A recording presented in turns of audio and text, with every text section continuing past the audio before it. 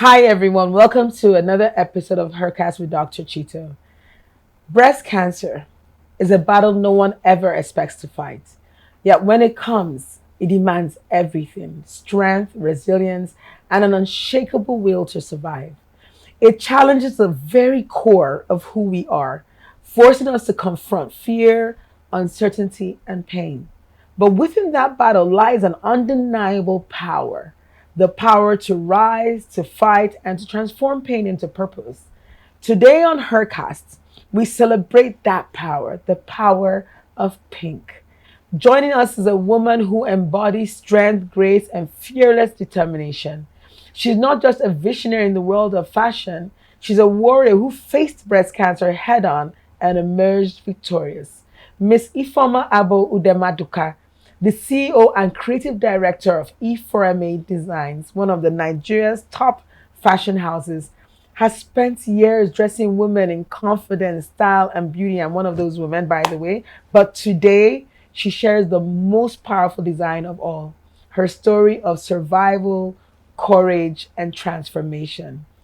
How do you face a diagnosis that threatens everything you've built? How do you redefine beauty and strength in the face of illness? And how do you turn adversity into inspiration for others?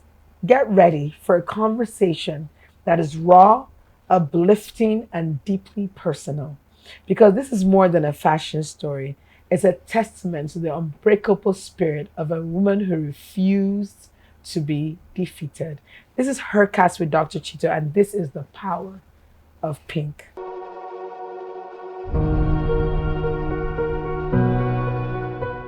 How are you, I'm Ifeoma? doing well. I know you listened to that, and I'm so happy you're here to share this very inspirational story. Thank you. And I remember when I talked to you, I said, I want you to come and share this story. And you said something. If it means that it means one woman taking that moment to go and do maybe a mammogram, that you're going to share this story. So thank you so much for being here. Thank you so much for having me. I'm so happy to be here and happy to see you after a long Long time, I We haven't know. seen each other for a while. Yes. And, I'm so proud of how well you've done with this. I remember the beginning days of Tabitha. I know. And yes, so I'm so proud to see all you've done. And will always be a cheerleader. Oh, thank you so much for having me. Thank you. So I'm going to start with just your personal journey and reflection. Can you take us back? And I know this is going to be a hard interview, but I'm ready. We have tissue boxes in case. Can you take us back to the moment you received your breast cancer diagnosis? How did you feel? What was that initial reaction? Now, mine wasn't a very straightforward story of just finding a lump or, anything like that. So nothing prepared me for it because even when I found a lump, I knew there was a lump, but my mind never went to cancer. Like for me, it was not even something I thought about. Like it can't be, it's a cyst, it's something, But I didn't pay so much attention to it because there were other things happening, right? Now, it's a roundabout story, but it gets us somewhere. I had almost a whole year of bleeding without explanation. Now, when it started, I was thinking, okay, is menopause coming on and things like that. At the time, I was just turning 50 and I was thinking, okay, it's just menopause coming. I was having all the premenopausal symptoms, right? But then the bleeding was something that I couldn't explain. In fact, the longest period of bleeding that I had was 4 months nonstop. I'm blessed to having my family, a doctor, my brother's wife. My only brother's wife is a doctor. And I said to her, look, see what's happening. And she said to me, if you have 2 dry days of no bleeding, go and do a pap smear. And let me see the result. Chito, for 4 months, I didn't have 2 dry days. That's how bad it was, right? And then I was just dealing with it, putting one foot in front of the other and dealing with all kinds of things. I turned 50 and that came and went, had a wonderful trip with friends and family, came back. And I just thought, and this is me who does a mammogram every year. Wow. I was about 37 when I had my kids. And after that, they would say to me, oh, do a mammogram. I used to do maybe one every 2 or 3 years. Okay, do one every every other year. And eventually, oh, do one every year. And then I used my birthday as a marker. Every year, around my birthday, I would go and get a pap smear and a mammogram. I was on top of it, right? And everything was fine. Or they would say, oh, do a scan just to follow up, kind of thing. So that 50th birthday came around and I didn't do my mammogram. It was delayed because I had to go on the trip and everything, busy planning for my 50th trip with my friends. And then I came back from the trip and then bleeding was just happening. So that distracted? That distracted me, you know. Then I went and did the mammogram, got the result. The result said, we can see something. I had a lump. I could feel the lump and it wasn't very small. So we can see something, but do a scan just to confirm. I took that result and I put it in my back pocket. I didn't think about it because I was dealing with the bleeding. It was non-stop. Like, it was really bad. There were days when I would be sitting in my office. I would get up. You called me. Chito, look, you know, I'd have hooked you up. Honestly, I would get up from my chair, yes, and blood would just pour. Oh, yes. Everywhere. Yes. Everywhere. It was like, it was amazing that I wasn't fainting and things like that. It was just unexplainable.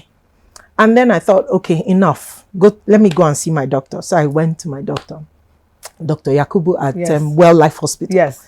I went to see him and he goes, okay, let's run some tests. Yeah, it could be, you know, maybe menopause coming on and all of that. Let's see. And he ran some tests and I came back a week later and he said, nothing on this paper makes sense. In terms of the test he's done. So hormone workup, everything. And he said to me, on one hand, it looks like you should be, it looks like you're ovulating like a 16-year-old. I'm like, how? He said, nothing on this paper makes sense to me. But okay, I'll put you on some medication. Let's see if we can stop the bleeding. He put me on that medication. It stopped for exactly 7 days. I started again. It came right back. And I called him on the phone. He goes, stop the medication, come back. I came back. He goes, I need to go in and do a biopsy. We did the biopsy. Biopsy came back. He said, you have polyps busting all over the place. Okay. So the blood is just coming. Okay. You know, it seems like we can't control it. I'm like, look, what do I need to do? I'm tired. At that point, I was tired. It wasn't anything bad. It wasn't anything bad. I'm tired. He says, well, we can try to use, we can use, you know, medication to try and control it. Or you could have a hysterectomy if you want. I go, yes. Can we have it now, tomorrow, yesterday, now? Let's, like, I'm done. This is too much. I agreed to a hysterectomy. 2 days before my surgery. This was in November of 2023. 2 days before my surgery, I had this feeling. So when we agreed to do the surgery was when I said to him, oh, by the way, I have a lump in my breast. He goes, what is wrong with you? Why am I just knowing this now? I said, well, you know, because of all this, all that. He goes, have you done the mammogram? Yes, let me see the result. It was on my phone. I gave it to him. He looked at it and he goes, get on that table. I got on the table. He sent for a radiologist, come and scan the breast. Radiologist goes, there is a mass there, but we need to biopsy to know what it is. Okay. So he goes, fine, you're having the surgery. While you're on the table, I will do the breast biopsy. So I'm fine. I go about my business. 2 days before my surgery, I just had this overwhelming feeling like the Spirit of God on my inside was just saying, you're not supposed to do this surgery.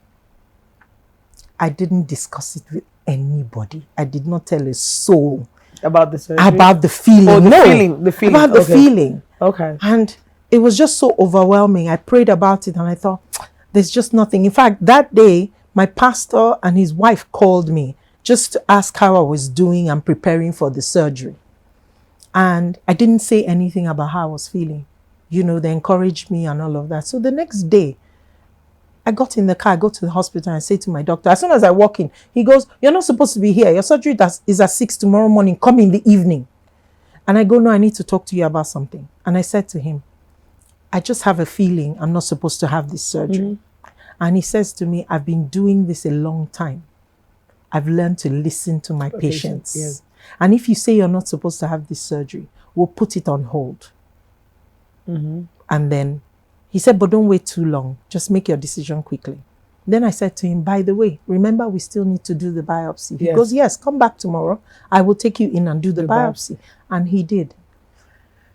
A week later, on the 7th of December, 2023, 6 months, almost to the day. My birthday is on the 8th of June. 6 months, exactly 6 months after my 50th birthday, I got the diagnosis. He sent for me. He said, come to my office, you know. I bounced into the office, not thinking anything. And honestly, I hadn't lost sleep for one day in that 1 week I was waiting. Because when you were nervous with No. As far as I was concerned, it was nothing. So I didn't think about it. So when I got there, he never used the word cancer. He just sat back in his chair like sigh of relief, like just a big sigh. And I'm sitting there, the door opens, the matron walks in. And I go, "Okay." He says, "Well, unfortunately, the biopsy results have come back and it's not what we expected." But you know when you just see nothing.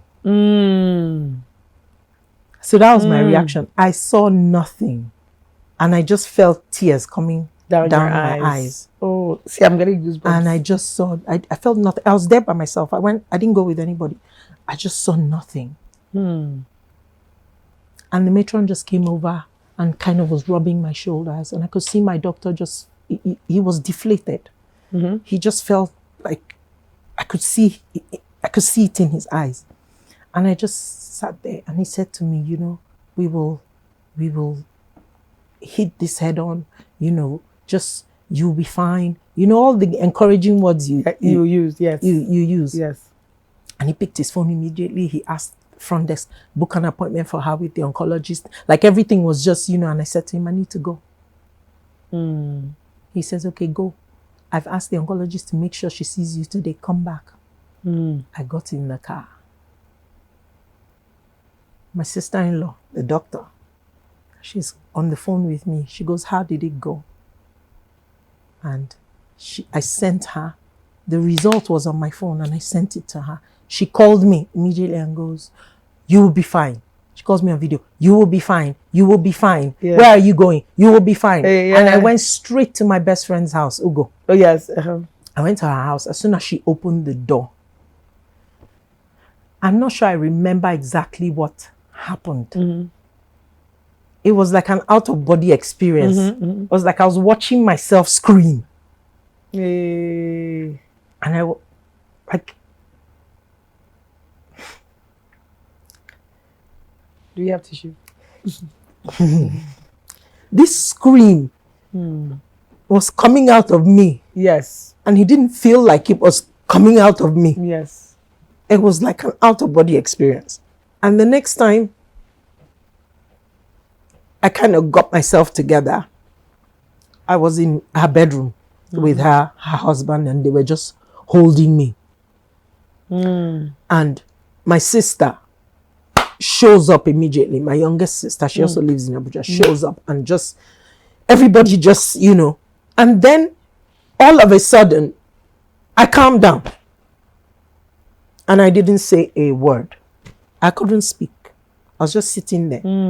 I couldn't talk. I couldn't express myself.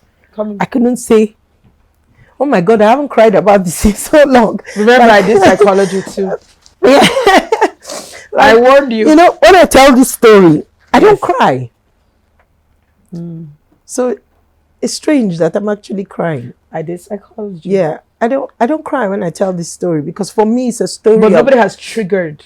I triggered. Yeah, but for me it's a story of strength and resilience. And victory. Yes, I've never been stronger in my life. And yeah, that was, you know, it. And everybody just rallied round. I went back to the hospital, you know, to see the same day? oncologist. Yeah, the same day. I went with my sister and my best friend Hugo. And we went back and I was just sitting there. You know, my sister-in-law calls on video because she's a doctor, and you know, they're speaking all the medical jargon. But look, God blessed me with an amazing medical team, just people around me to support me both medically and everything. And just this most amazing woman called Dr. Tessie Amadu was my Here in oncologist. Abuja. Yep. Yes. And she's just a go-getter. And like, look, we are not, she said, we are not after treatment. We are after cure. Sure. She said, Ify, and that coming from an oncologist is so powerful. It's so powerful. And, you know, she has a wonderful story, and I won't tell it because it's hers to tell. Yes. She has a wonderful story, and, you know, she's a warrior for cancer patients. She's a warrior for cancer treatment. And so, you know, it's like, let's hit the ground running. You know, you need to have surgery. Let's take the tumor out. Let's do this, do that, do that. Fast forward, I started delaying my surgery because I didn't want to tell my kids I had been diagnosed. I didn't want to tell my mother. So I started working everything around my children's school calendar. Oh, I'm sure I was more stronger than you think. And I was delaying and delaying. Long story short, in that time I was delaying, the tumor doubled in size. And my doctor goes, I'm being told you're delaying the surgery. Like, what's going on? Let's pick a date now. Yes. And we just picked the date. I had my surgery, and the tumor went away for histology. And it came back worse. So the initial diagnosis was stage 1, you know, but when the tumor was taken out and sent out, in fact, when the result came back, my oncologist, everybody was like, send it back. They should look at it again because this makes no sense. We're going from 0 to 100 in a short space of time. Because in the beginning, it was ductal carcinoma in situ. Oh, yes. Which is pre. Yes. But when the tumor was sent out, it was so much worse. Because the biopsy just takes a piece. Yes. It was so much worse than what they thought. It was fast moving. And they took out my lymph nodes during the surgery. It had already spread to the lymph nodes. Oh, wow. So it was almost like, I mean, it came out, the result came out on a Monday. I literally started chemo Wednesday, 2 days later. It was like, there's no time to waste. We need to like throw everything at it.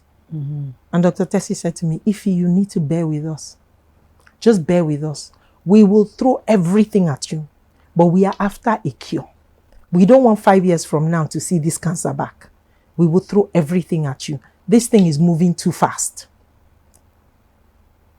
So that's how, before I knew, there was no time to even put my pot in for chemo, for the first one. So I had to do the first chemo through my vein.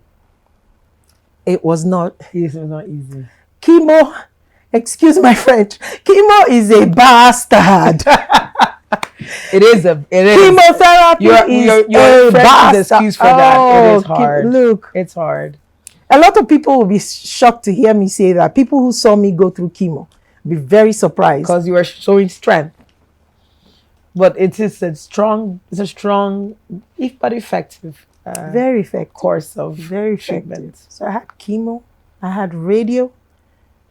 I went to Lagos for radiotherapy.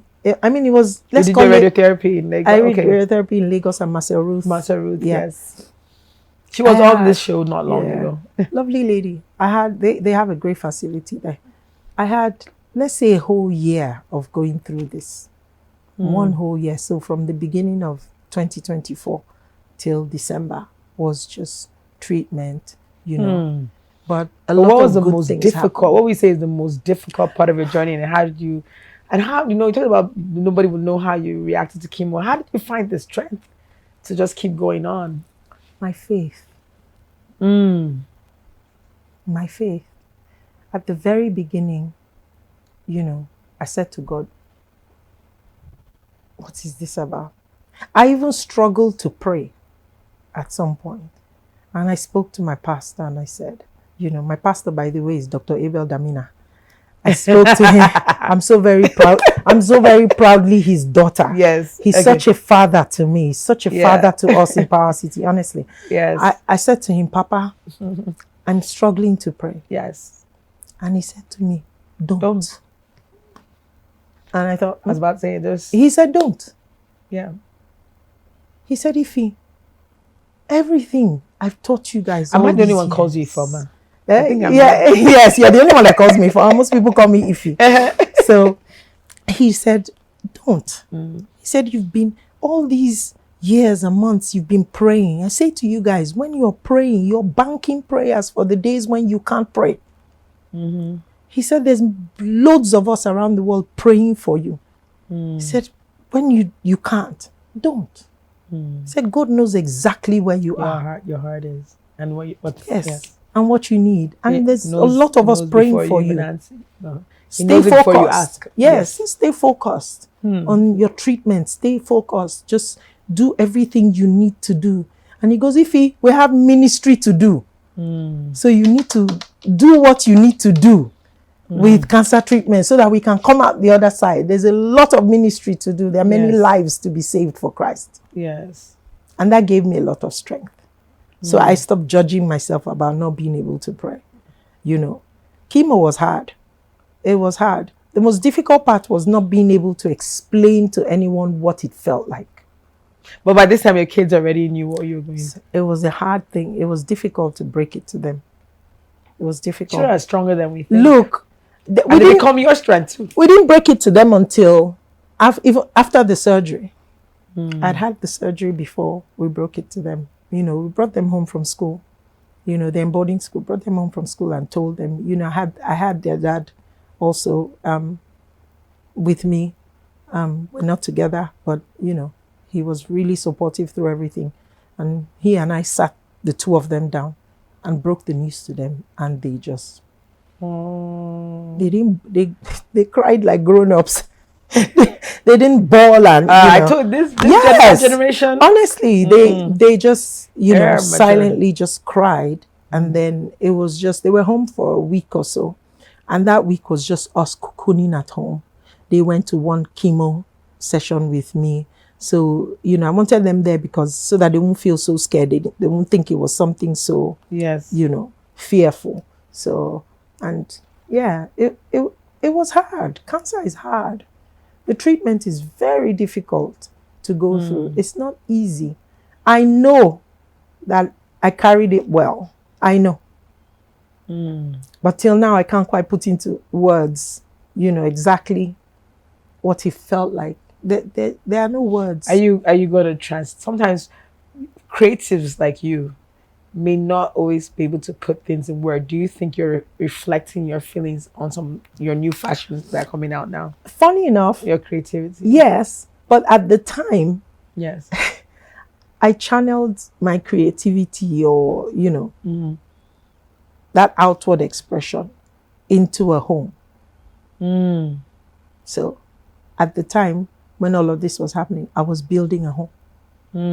So I channeled all that creativity into a home. And if you see my home now, you will understand what I mean. Wow. Because people walk into my house and think, did I just transport abroad or something? All my creativity was poured into that house. Yes. So the days when I was strong enough to get out of bed, I went to my site. So that's where I poured all your creativity. Yeah. But during that year, you didn't do much of your fashion as such. Because I couldn't really be at work. Work consistently. Wow. That my business didn't fold.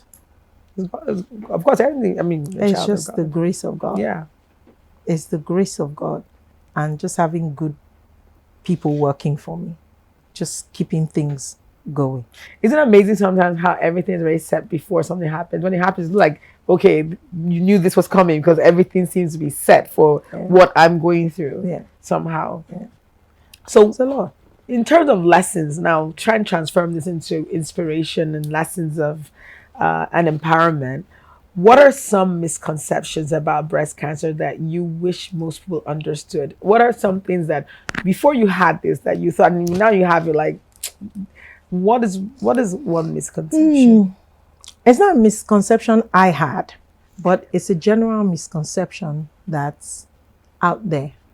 Cancer is an attack of the devil.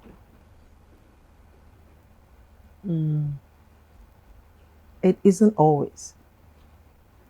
It's an illness. It's a disease that can be brought on by many things, including lifestyle changes. It can be things that, it could be born from things that are hereditary, right? Things like that. So everything is not always, we are fighting the devil. An arrow. It's exactly. It's not always. I love that. Yeah, and we're living in a time and a society right now where it's almost like you have cancer. You need to go to this pastor. You don't want to know how many times I got that. And unfortunately, a lot of people are stuck in that space and not doing treatment because they're stuck where, yes, I need to, I need some mighty person to lay hands on me, or some person to speak a word into me, and he will take care of the cancer. Look, medical science. God created doctors too. Medical science is God's wisdom for man. Simple. Thank you. Word. It's God's wisdom for man. Yes. I always say that. Medical science is solution based for man's issues. Yes. We pray. Absolutely. Yes. We trust in God to heal. We trust in God to use these things that have been provided with medical science to heal. True. So one big misconception that's out there is, cancer is this big disease that, it's an attack of the enemy. Yes. What if it's not? That's a good one. Another thing here, we're going to skip to something else. Many women, and I remember Mom went through this, so it's something that I personally experienced with my mom. Many women struggle with body image after treatment for good reasons.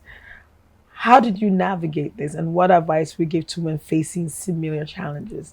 I always remembered one of the strongest memories I have going through this process with my mom was, I had a very rare type, was looking at the mirror, just standing, me catching her just standing and looking herself in the mirror. And she always had this look.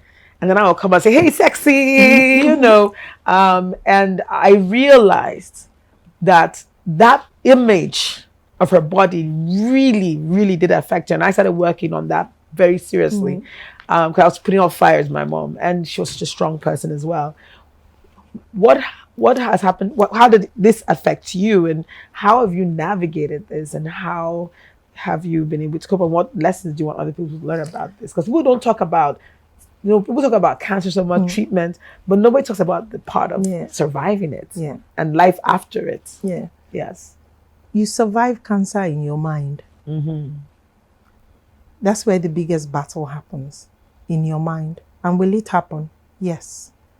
You have to see yourself at the end.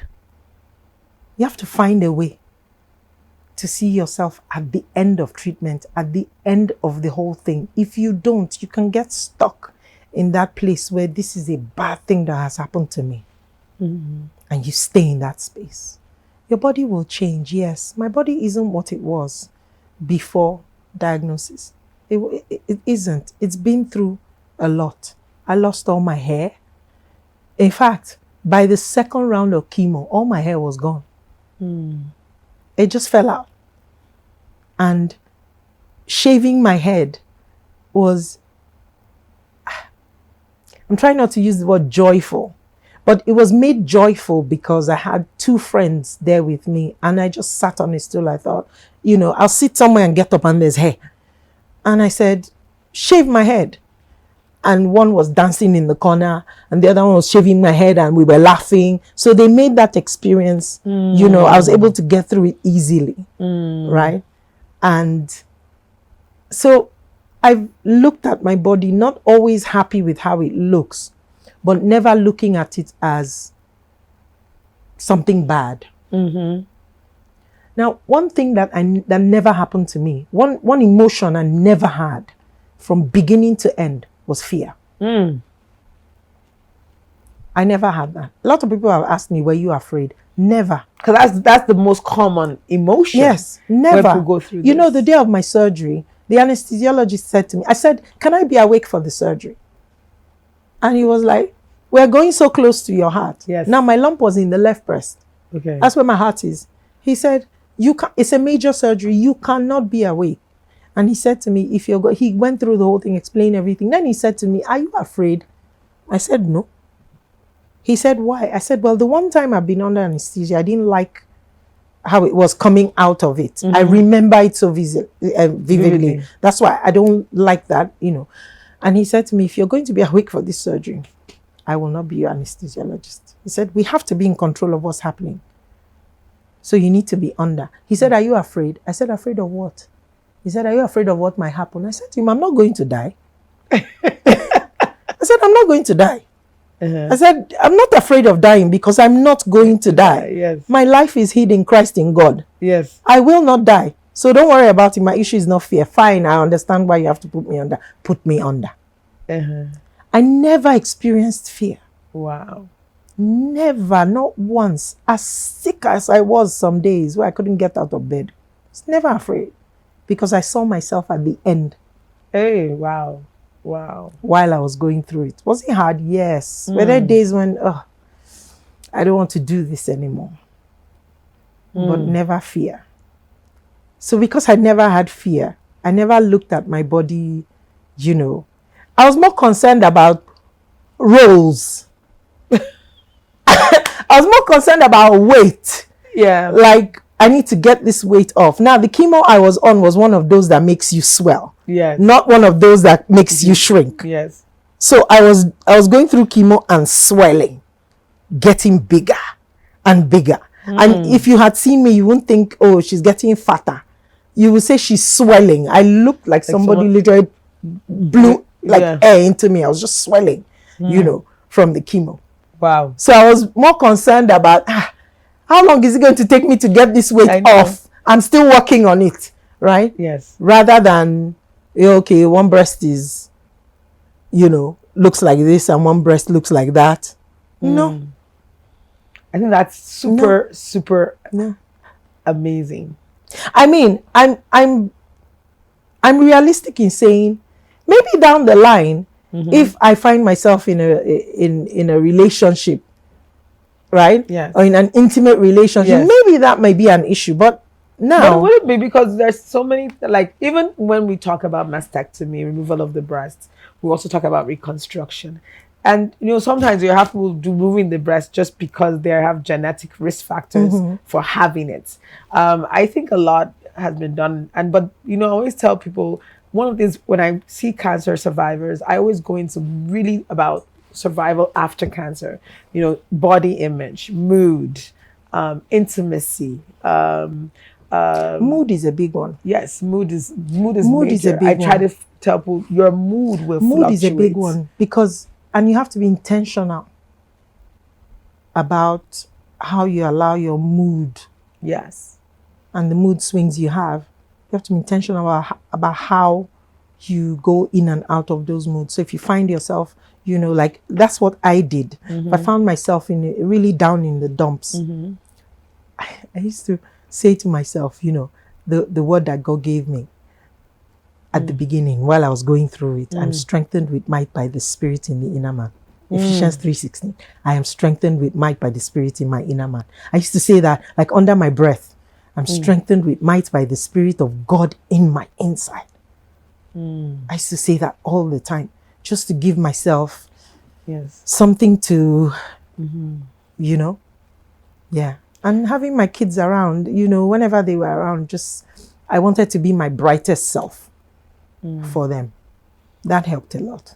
I was saying that the children you're so worried about ends up becoming your strength. You look at what I said. I say hi, sexy. Yes. Like, you know, even if, and you know, people don't talk about that, but sometimes that's the part she saw. She didn't see the part when I go into the room and I weep. Yeah. But because I was the doctor in the family, so I had to be the doctor, be the strong one, show her no fear.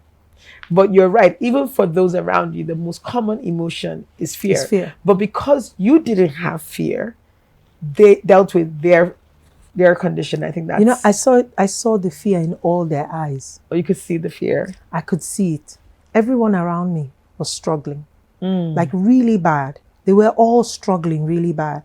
And I come from the most amazing family. Oh, I saw your mom's birthday.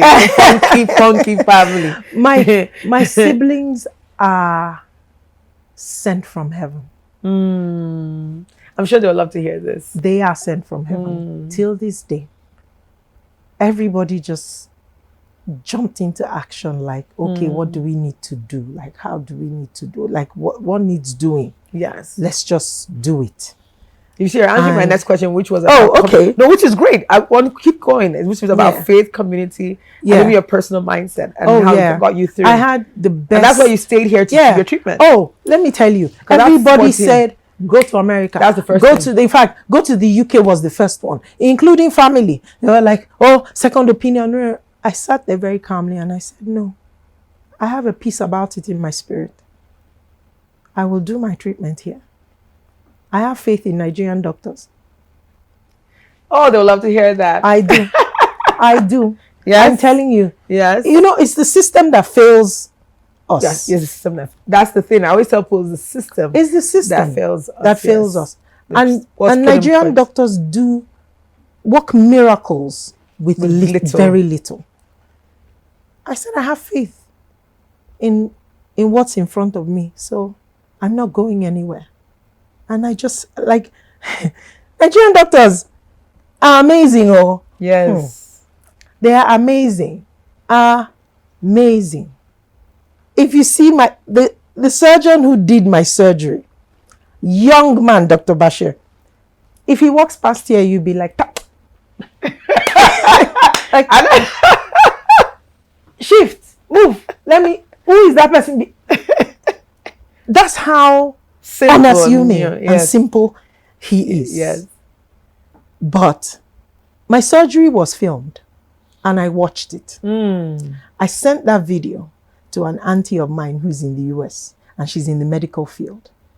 And I sent it to her. She watched it and she called me and said, who did that surgery? In all my years, and she's been in the medical field for over 40 years. She said, in all my years, I haven't seen a surgery as clean as that. Who did that?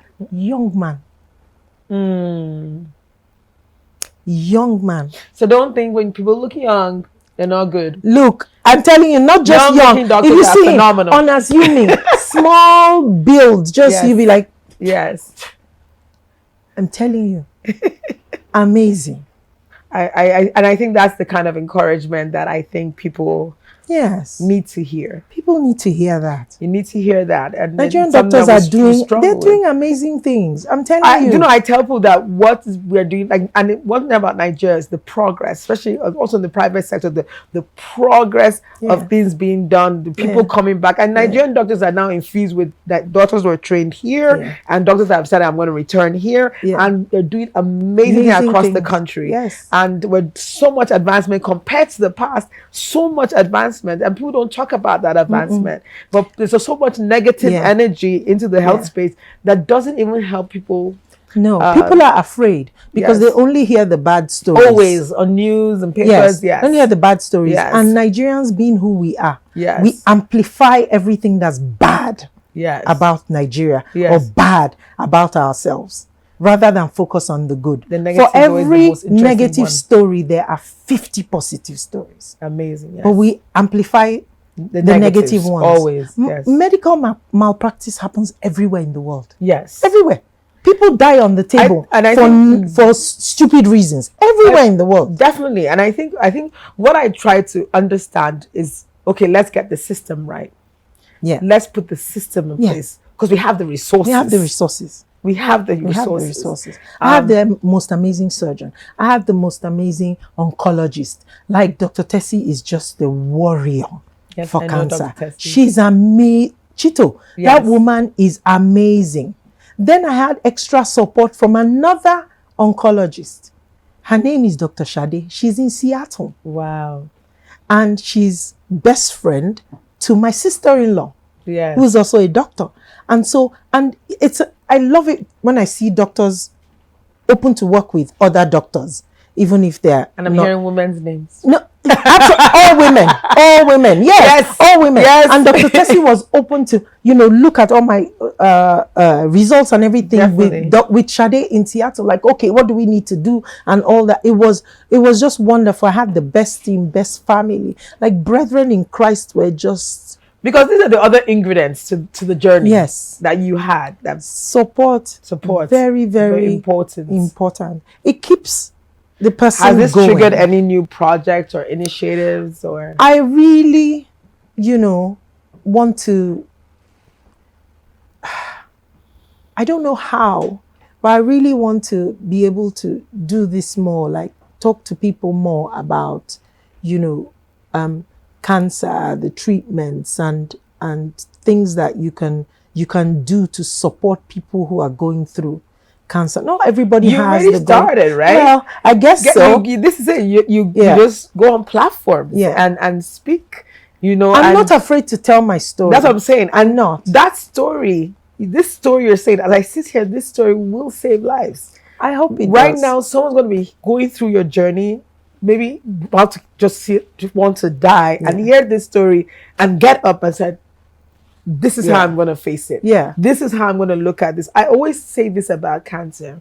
I always tell people something about cancer, and this is almost like you've proven my theory. I always say that cancer takes you when fear takes you. Yes. That fear is the key to when people give up. And the only time cancer can take you is when you give up. Yeah. And it just happens. The more and sometimes not that I always tell, it's not that you're weak. It pushes your buttons like never before. It pushes your mind. Tell me about it. It pushes your heart. Tell me about it. As a doctor, you see patients at their end, and they're just like, I can't. Tell me. I can't battle this about anymore. it.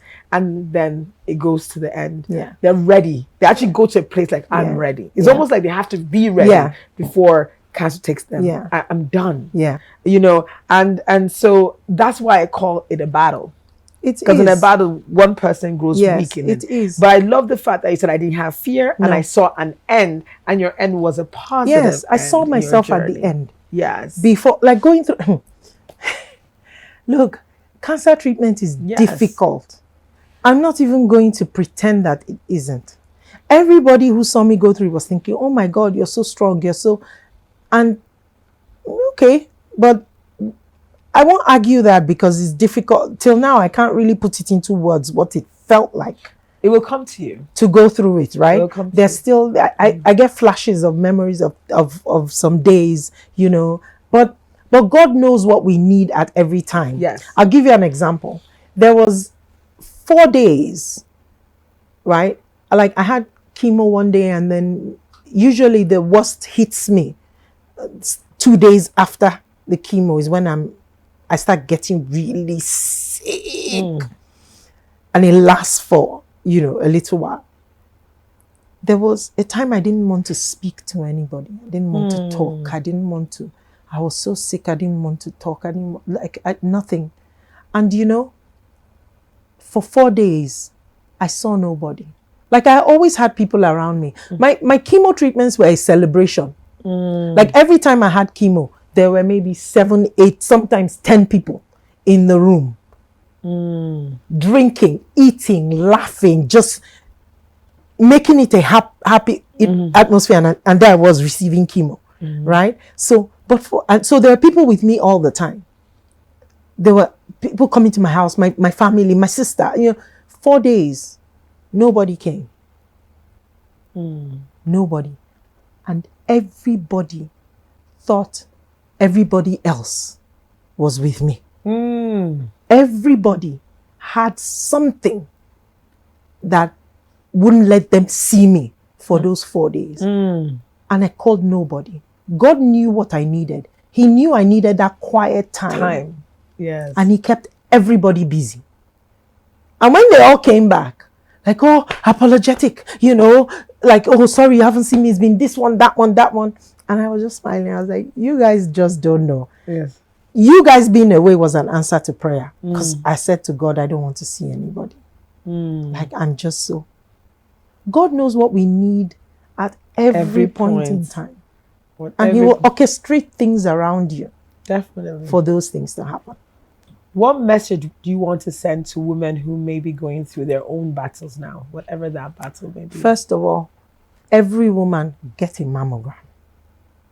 Well, that's important. Get a mammogram. That's important. Let it be routine. It's not yet a routine. Don't wait till majority. Yes, I started in my 30s. Women should start in their 20s now. I started in my 30s, actually, 35. Yeah. Well, you start in their 20s. Yes, they should start in their 20s. They start in their 40s. They should start in their 20s. I'll tell you why. Why? Going through mine, I met people when I went to Lagos for radiotherapy. I met people in their 20s. There was a 25-year-old girl who had just had a baby. Yes. Breast cancer. And had a mastectomy. She had to have him. As soon as she had that baby, cancer ravaged her body from her breast. So start early. Like, what do you have to lose? So in those cases, so you do have the rare cases of cancers because of, the screening is based on the number of people that have that disease. So you do have the rare cases where you have young people in their 20s with breast cancer, but it's not enough of a number to say, oh, this is what we're going to start for screening. Well, because the incidence of cancer rises around that 40s, why we choose 40. And different countries even do further out, some 40 is the more American. Some people even do 45. Some people have said 50 in terms of guidelines. There are women like me, but I will tell you that don't. Then genetic. If you have there's some genes like we call the BRCA genes that some people may have in their family or genetic predisposition, you're higher risk of getting it at an earlier age. And that also why the most important thing, to be honest, is every woman should do woman visits starting from the time they're child to teen, because with that follow-up and that knowledge of your history, if you tell me my mom got it at 30, your screening pattern changes because of your history. But most people don't do visits. They just come to the doctor when they're sick. Do you see what I mean? So I think that visit is more of what they should do. And mammograms, yes, they should do it. People are scared to do screening tests because they're scared of what is found, going to be found. But then fear comes again, and that becomes a problem because we're finding it early to save your life.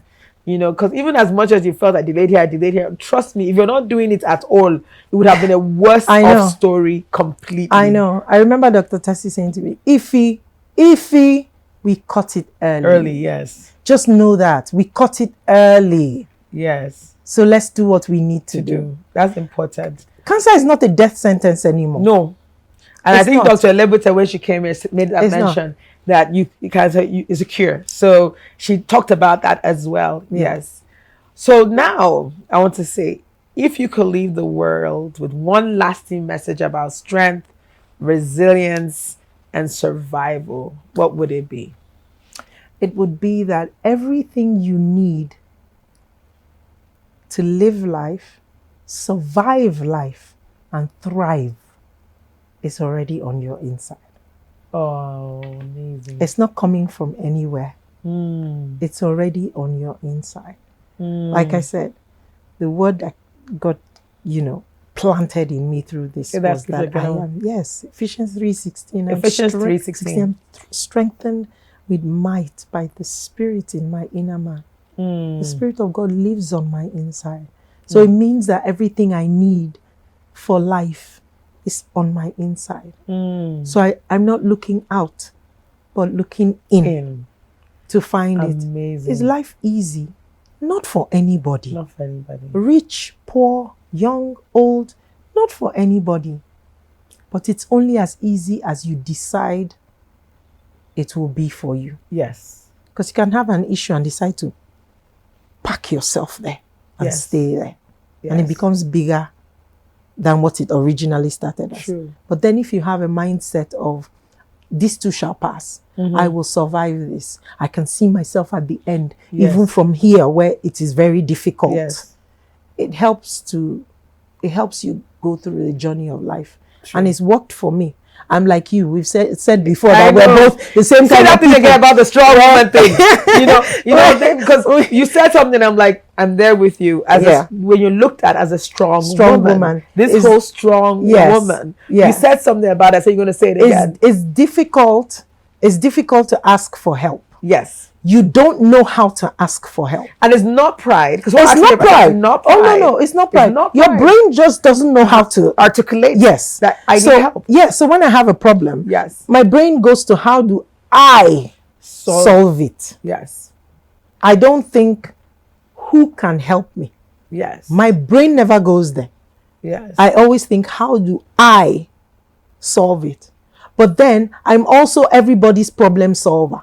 Yes. So like my friends, my family, oh, where can I find this? Call Ifish, you know. Or you give me a problem and I'll run with it like it's my life depends on it. Yes. So it's automatic for me. So I'm trying too.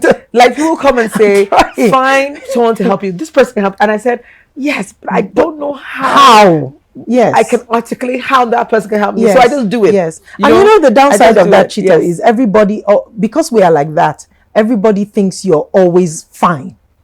But you're not always You're not fine. always fine. Oh, I struggle. Yes. I struggle with that. Yes, I A struggle. lot. I struggle with it a It's a lot. huge struggle, this strong woman. Yes, I struggle with yes. it a lot. But, you know. Or should I say conceptual perception? Yeah. It's always I really such an struggle issue. with it. I really struggle with it.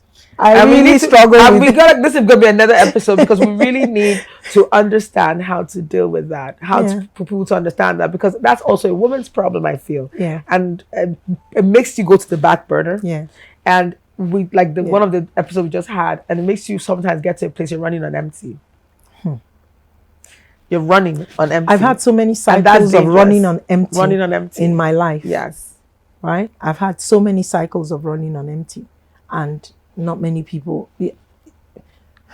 You know, it's when we get to the empty of empty that even we realize we're running on empty. Yes. Because we've perfected the art of functioning on empty. Oh, I'm clapping here. So yeah, You've articulated for me. Yeah. It's difficult. I'm a work in progress for myself. And I have to I'm learning. And I'm intentionally trying to work myself as well. I'm trying to learn. All right. You know? All right. So this has been an amazing episode. It's been really a great episode. And I'm so glad that this is your first platform, I'm thinking. Now it is. You're going to be sharing that story, I guess. And because this is a story I encourage you to share. Because it's going to really touch somebody's life. It really is. Strength is not just about surviving. It's about rising, redefining, and inspiring others along the way. Ifeoma's journey reminds us that even in the face of life's toughest battles, we have the power to rewrite our stories with courage and grace. Let her resilience be a beacon of hope for every woman fighting, healing, and thriving. Thank you so much for joining us on this powerful episode of HERcast with Dr. Chito. Let's continue to break barriers, uplift one another, and embrace the power of pink. I love that, the power of pink. So you can watch us on YouTube, HERcast with Dr. Chito, on TV, Rapid TV channel 176 Startimes, Saturday 7 p.m. and Sunday 2 p.m. Follow us on Instagram at HERcast Podcast and at Dr. Chito N. HERcast with Dr. Chito's Her Strength, that's my strength, your inspiration. Thank you. Bye.